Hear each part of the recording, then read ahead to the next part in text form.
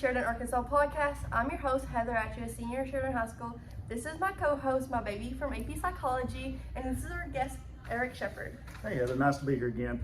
Eric Shepard, running for state representative, District 92, conservative Republican.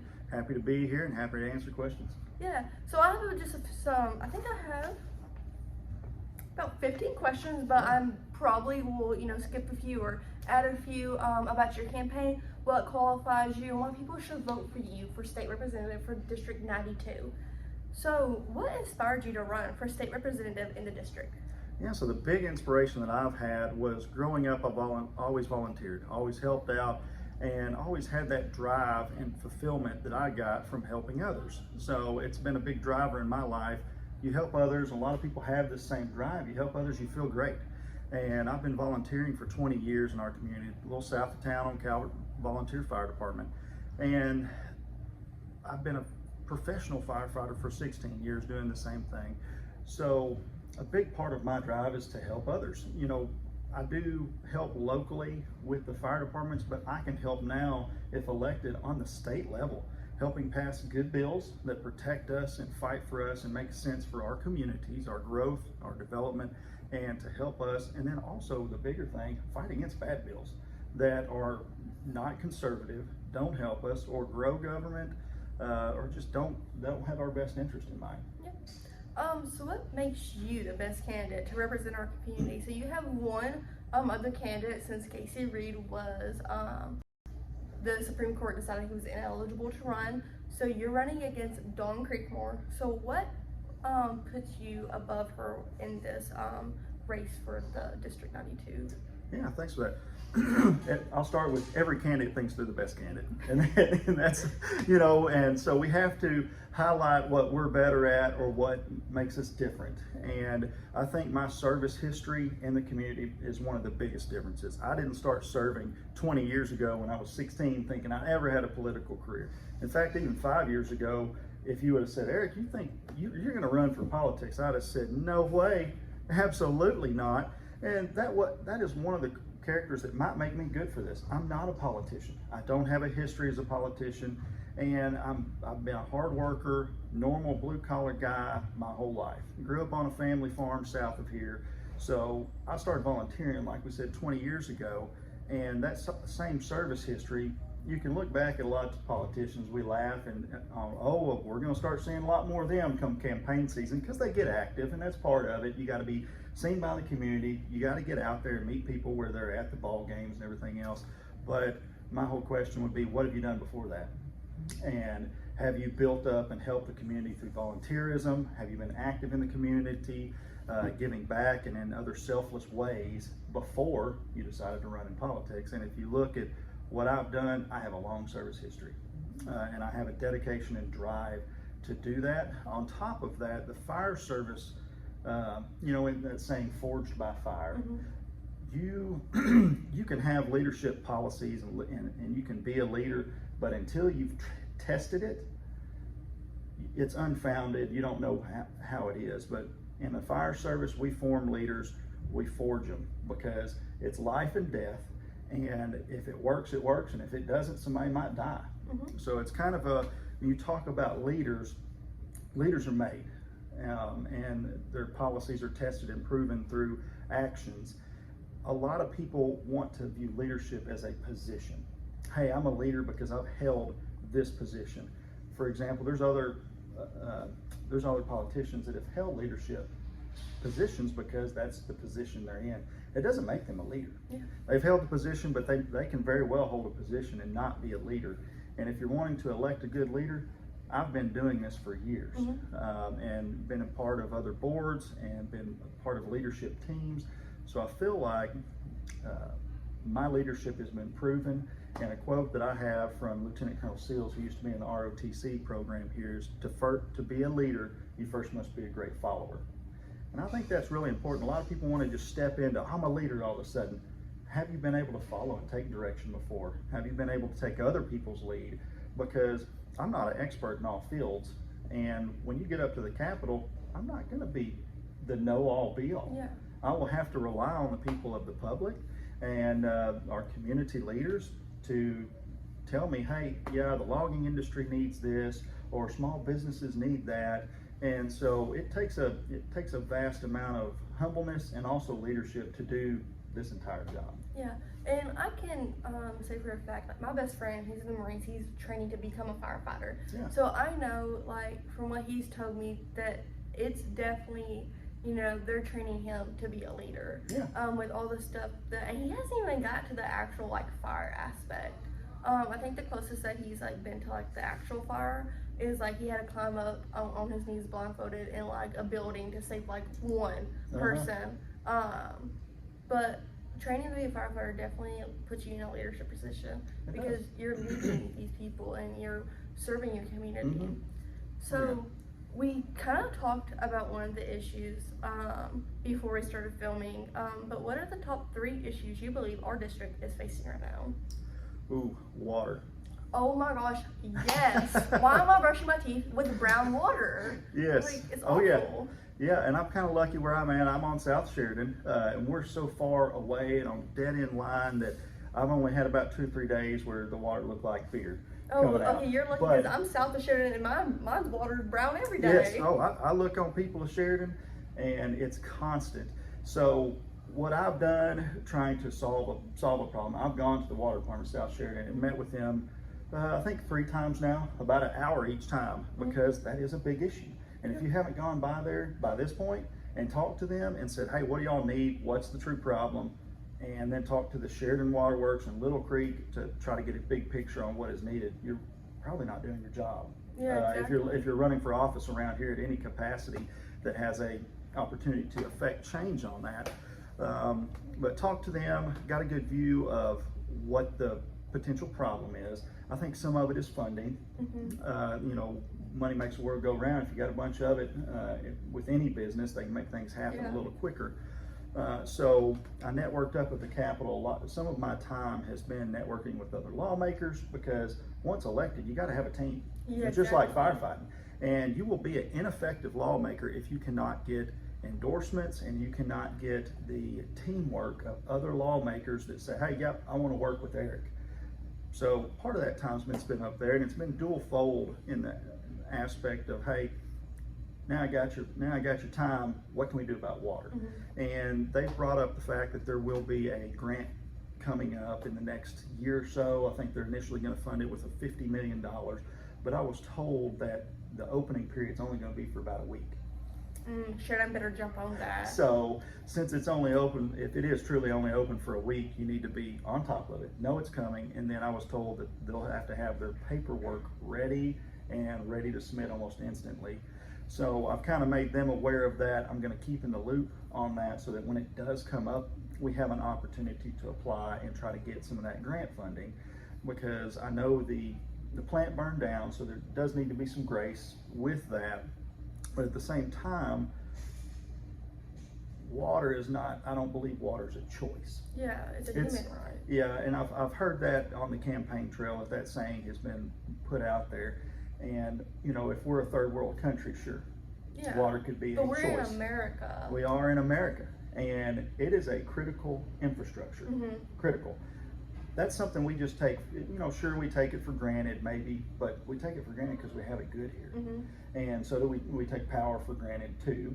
But, you know, the thing is, if you lose power for a long time, or if you have a lot of issues with it, what are you going to do? You're just going to say, oh, I just don't need power. No, you're going to go petition the people who are serving you that power and say, hey, what's going on here? So I understand the concerns, and I know they're working on it, and it might not be a fast fix, but on my side of things, I'll be working at the Capitol to try and get us money to try to affect change, because that is one of the biggest things going on in town, is just infrastructure, period, between the roads, between the water, but the water's probably been one of the biggest things. The water is like a huge thing, and it was even before that lightning strike happened. It's been reported since 2003 when a news source covered it. I think another big issue is data center. Oh yeah. I think those are the top 2 issues in our community right now with the data center.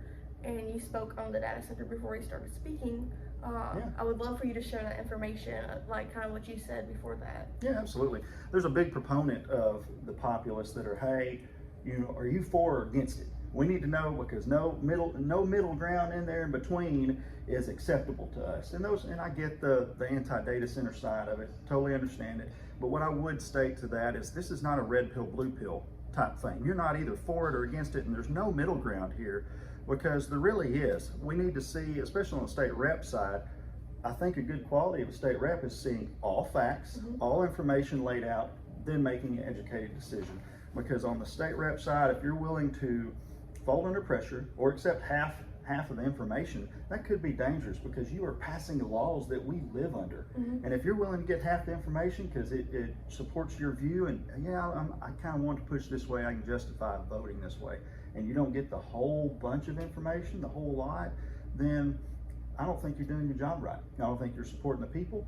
And so part of the thing is as a state level, do you want the state to be intermingled with the local county government, telling them what to do? Because that's not, if you're a limited government guy like I am, you want the state to stay out of your county level stuff. Yeah. You want to be governed by the lowest level of government that there is, which is the county or the city, because those are the people that understand the topics, what we go through around here. I don't want people at Little Rock telling me how to live down here. And that's what we've had some of. So Act 1799 of 2023 was passed, and it handcuffs the county. It keeps them from zoning and regulating against a data center. It keeps them from doing ordinances against a data center, like noise, water. I mean, any ordinance that you would think of that you could use to discriminate against a data center, it strips the county of that power. It strips them of being able to zone and regulate too, and makes it to even, if I read it correctly, where the data centers can sue the county then if they can prove a zoning ordinance was passed in discrimination of them.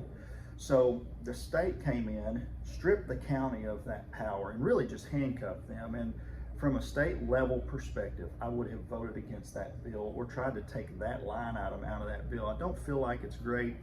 And granted, I haven't watched the committee videos on that to see why that was voted in. I understand there's a big federal level push on data centers, but at the same time, I don't like when the state's trying to tell us, no, you will, or you will not do this. You will invite this industry into your community. So I don't like that aspect of it, when the big brother kind of big government is telling us how we're going to live, what we will accept, because the people need to have the option to say no. And that comes, that's on a lot of different issues. It encompasses a lot of issues of when it comes to small government, us being able to live freely and do what we want. The data center also comes in under the private property rights type thing. Are you an acceptance of not me, the government potentially telling you how you can and will use your land? Because a lot of people, I live in the county, if I wanted to open up a after hours gun range because I want to use night vision and I want to shoot and train people, well, yeah, we're shooting at 2 in the morning. Of course there's going to be neighbors that don't like it, but in the county I like the fact that I would have the opportunity of doing that, and that's essentially what we're doing here, is we're trying to regulate that industry. I don't know that it's the best for our community. I'm not sure yet. I want to get all the information out, but what I can make a statement on is Act 1799, I would have voted against or sent it back to committee to have it edited, because it stripped us of our ability as a community and as a county to do anything against a data center. So now if they wanted to come in without our permission, they could. Yeah. And that's kind of stinks. So being transparent and connected with your community is a huge part about being just in any political office. So how do you plan to stay connected and accountable to your constituents, if elected? Big word, I don't know what that means. One of the things I've always done is put my personal cell phone number out there. It's on a lot of my mailers. It's on that I've personally written and put out. It's on my Facebook page. So accountability is, to me, doing what's right when nobody's watching.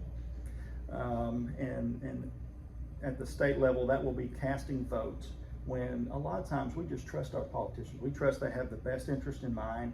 I mean, when's the last time you've looked at every vote our politicians have done.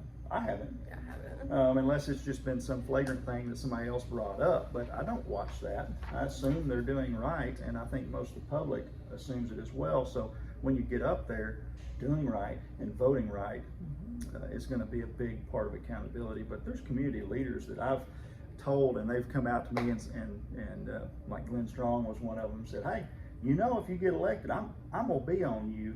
And he's one of our more vocal supporters, but at the same time, he said, you know, Eric, I will be on you and hold you accountable. That's good, because we serve the people. And I think a lot of times we politicians neglect that fact, or they get comfortable up there and, oh, you know, people aren't watching me do what I do. We serve the people. This is the people's seat. This is not my seat. It's not Miss Creekmore's seat. It's not Miss Mayberry's seat. She serves the people up there right now, but it's not her seat, so to say. And so I would serve the people. I would put them first, like I have the past 20 years. And accountability would be answering for any mistakes you make. And so, and owning up to them. So one of the big things that has impacted our community recently was the snowstorm, Snowmageddon, as some call it. Oh yeah. So Mr. Jacob Palmer put it on Facebook a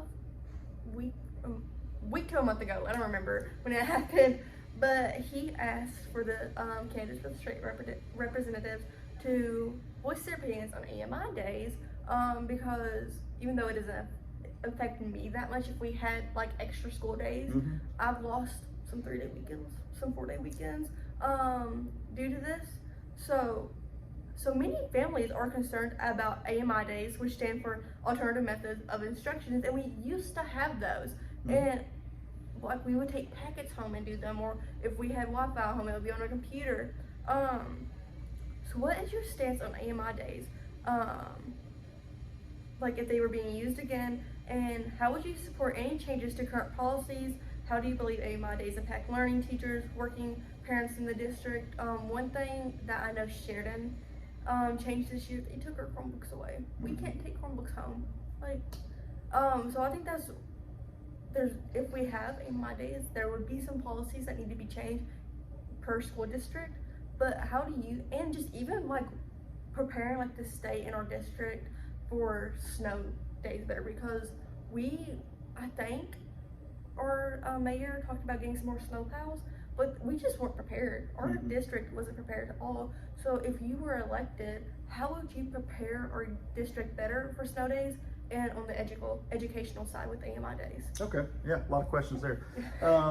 So AMI, I've talked and reached out to a lot of people. I haven't met with some of our superintendents yet, still working on getting those meetings, but everybody's behind. But talked to you about it and your views, and I've talked to other people, and I've heard, you know, there's kind of a blend there. I mean, there's a good bit of constituents that, hey, we grew up with no AMI days and we enjoyed our snow days. And other people, they're like, hey, if I had a Chromebook at the house and could do my work, we wouldn't have to have these dang makeup days. I agree on all of it. I can see on my side of things, if it's just a snow day here or there, yeah, let's have a snow day, have a good time at the house. We had a just huge winter storm, and some of the reports I'd seen said we haven't had a storm like this for 10 or 12 years. I don't know, 2021, 5 years ago, was pretty bad. I don't know how long we were out though.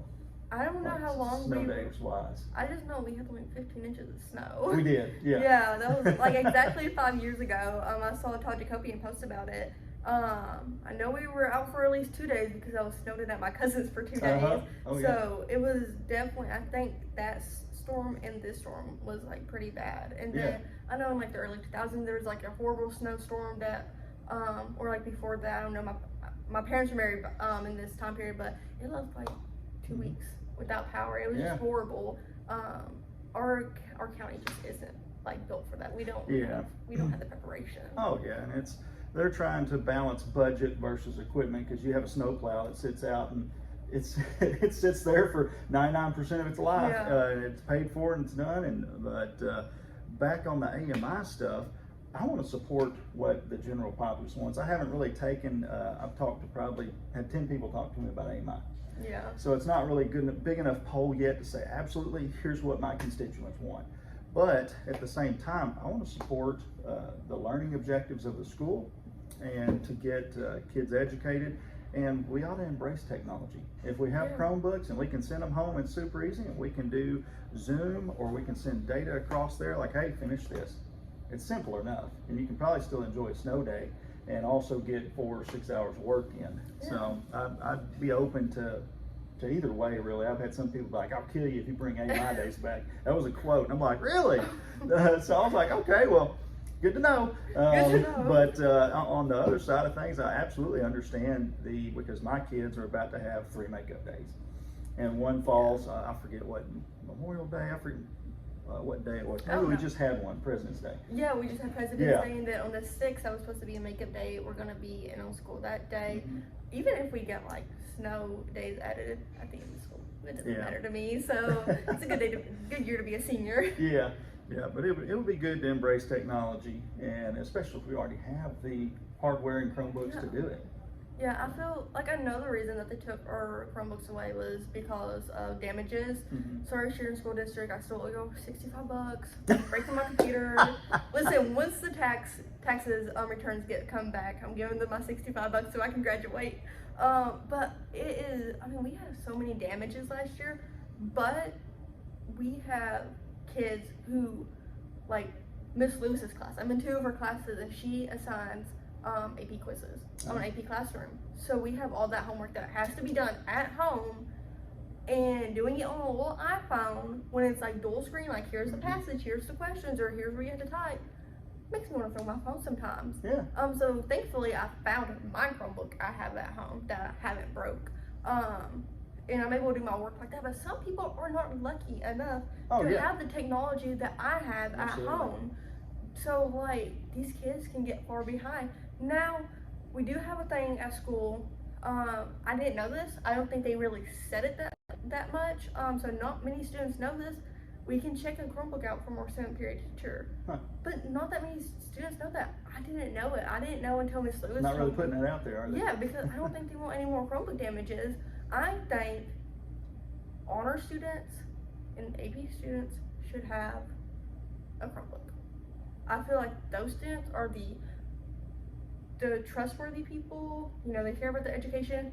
Not saying all regular classes are bad kids. I know some amazing regular level classes, but I feel like AP students and honor students need the Chromebooks. Is it because y'all's homework is Homework, more often at we home? have lots of more homework, especially in AP classes. We have to study, and a lot of study materials are online with like Google Documents, Quizlet, Knowit, just all these things, websites, YouTube that we can watch, like Kamala History. A lot of this stuff is online. So it's more beneficial. I think every student should have a Chromebook in the district, but if they were like, not every student can have it, give it to the honors and the AP classes, because we have such more like homework and studying to do than regular classes. Okay, so what is your position on public safety and law enforcement funding? Yeah, so I think public safety is something that we love our community. We love that it's quiet. We love that it's safe. Talking to everyone, I grew up here, and that's been the upside. The cost to be that way is that you have to have enough public safety members, firefighters, EMS, law enforcement. They have to be funded. You have to not only have enough of them, but you have to have training and equipment. So I will work on Act 833 for the firefighters and law enforcement to get money. I will look at grants, but I will always support our local first responders, because I've seen other communities. I work in Little Rock as a firefighter. I've seen other areas as well where you don't put public safety first through fire, EMS, or law enforcement. It becomes an area that you don't feel safe in. And it becomes an area that has higher crime rates. And we want those services. It's not just an option. I think that's a critical service as well, just like water, like we talked about. Yeah. We take it for granted that a fire truck shows up if your house is on fire. What if it doesn't? What if now multiple houses burn down? What happens when we have an aggravated person with a firearm or whatever? You want law enforcement, and you want them quick. Yeah. So the whole defund the cops, it's Exactly. kind of a joke. And I'm thankful that there aren't that many people in Sheridan. There's a few stray ones that, were like, defund the police, we don't support law enforcement. okay, when somebody robs your house, you don't get a call. They'll call. They'll call 911 immediately for that. Yeah, exactly. Help. Something I thought was so, in like pop culture, Billie Eilish said, screw ICE and everything. People can have their own opinions, but then she called ICE on somebody for sitting outside of her house and he got deported. Yeah. Makes sense. And I'm about, I don't want federal stuff to overreach. I don't want state stuff to overreach, but we don't see that here at the local level. Yeah. We've got good people that work in all of our EMS, fire, and law enforcement. They live here locally. They work here locally. They care about us. And you need to be for protecting the people and for living by the laws. So when you're saying defund the police, when you're saying I don't want law enforcement funded, what you're telling me is you don't want to live by laws. And that can be a dangerous place if you feel safe, but you're also yelling defund the police.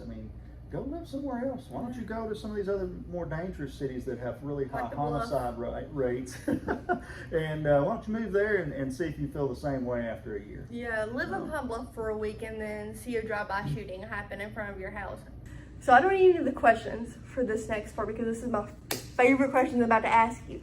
The mail that you've sent out has struck quite a controversy on Facebook because of what you have said about your opponent, even though, they are facts if you think about it.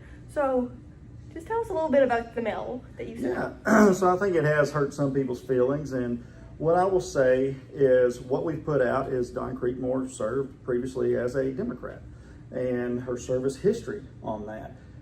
And that's just trying to bring truth, transparency, and facts. Do we not want to be fully informed on our legislatures? Do we not want to have transparency? Because I think everybody will holler, we want transparency in our politics. Yeah. Well, before we started mailing out and saying, hey, if you know her, great, I think she's a great lady, but here's a fact that she served the Democrat Party. She served that party. She was conservative voting, but there's still a lot of other things in that voting history that is still a Democrat agenda. And so we have attracted a lot of attention from some of our political opposition, which is just normal. If they're not for you, no matter what you do, they're not going to be for you. You could do the best stuff out there and they'll throw hate. So completely fine. So we've got political opposition saying stuff. You've also got some Democrats out there that don't like it either, because right now, Republicans, we have seen in the past, we don't really care for people that when the Democrat Party lost power in Arkansas, a lot of people flip-flopped. And because they want to be career politicians. Yeah. They're invested in the retirement system, they're invested in that job, they want to stay there. And they're willing to do and flip-flop and whatever that looks like to stay there. And we saw that with Miss Mayberry, and that's something that I brought up and brought attention to.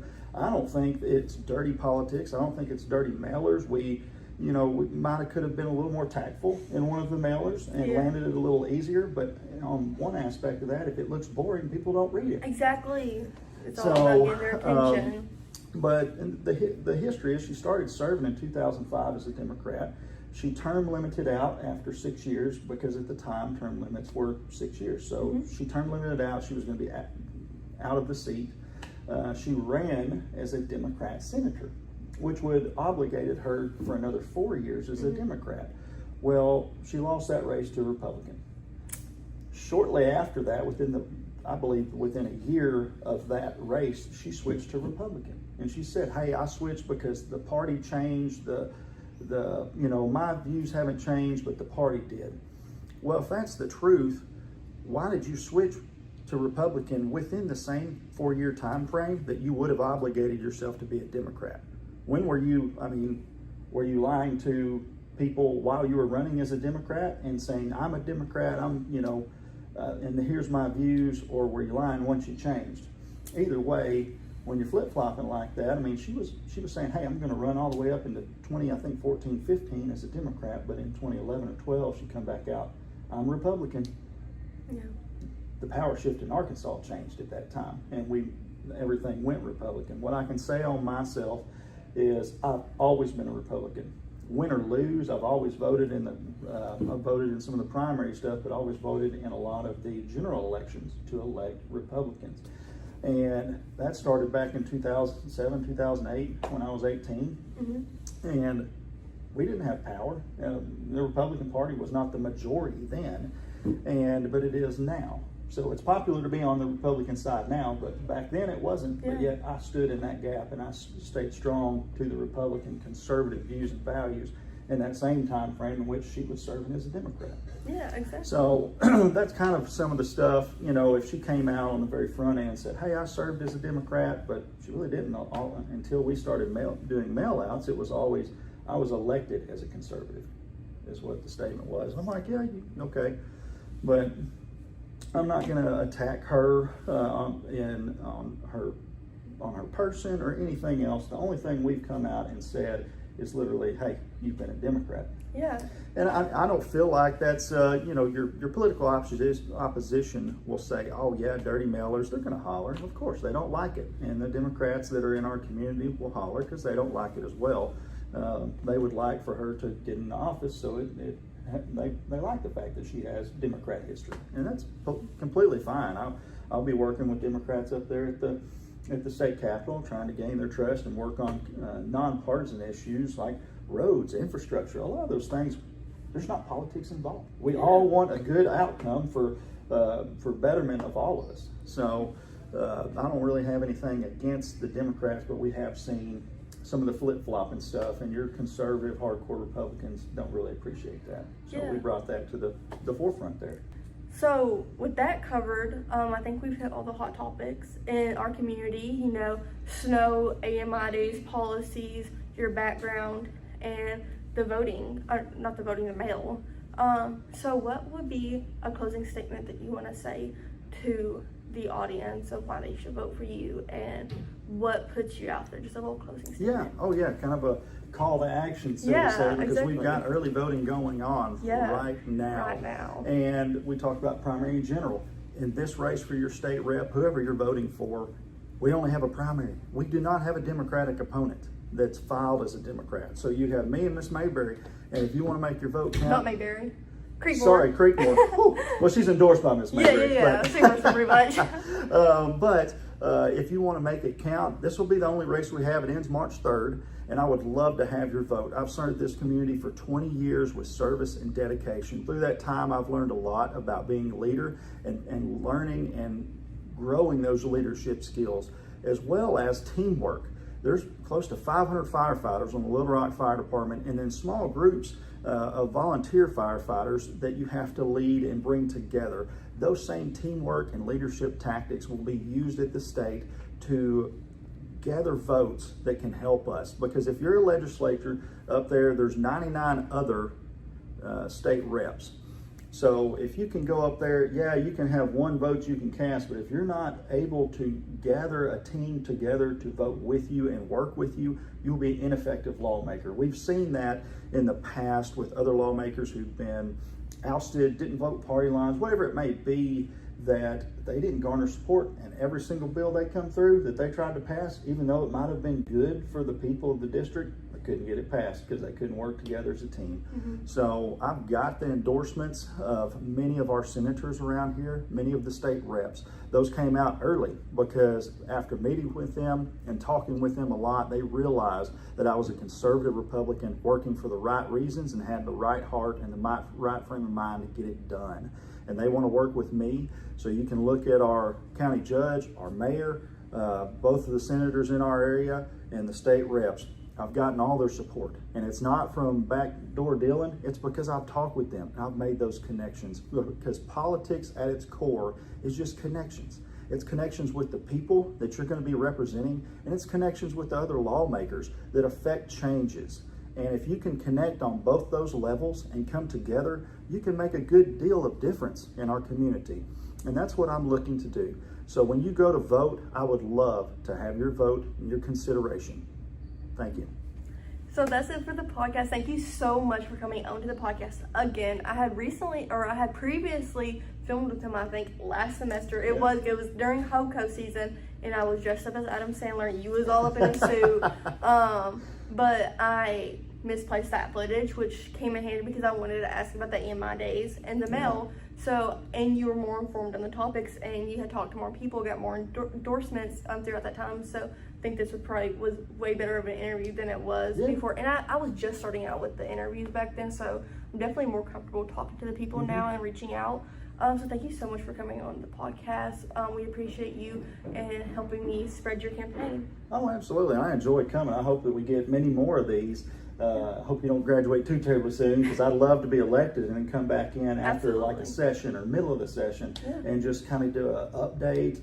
And I've been up here talking to JAG classes for multiple periods. I saw that. So I really enjoy, our youth is our future. And I would have loved it back in the day when I was in high school, to be more informed and get the view of a bigger picture of things outside of what I was just locally involved in. Thank you for watching the podcast today. I'm your host, Heather, actually a senior at Sugar High School. This is your co-host, my baby from AP Psychology. Keep your neck up straight. Can't be getting CPS called. And this is our guest, Eric Shepard, running for state rep.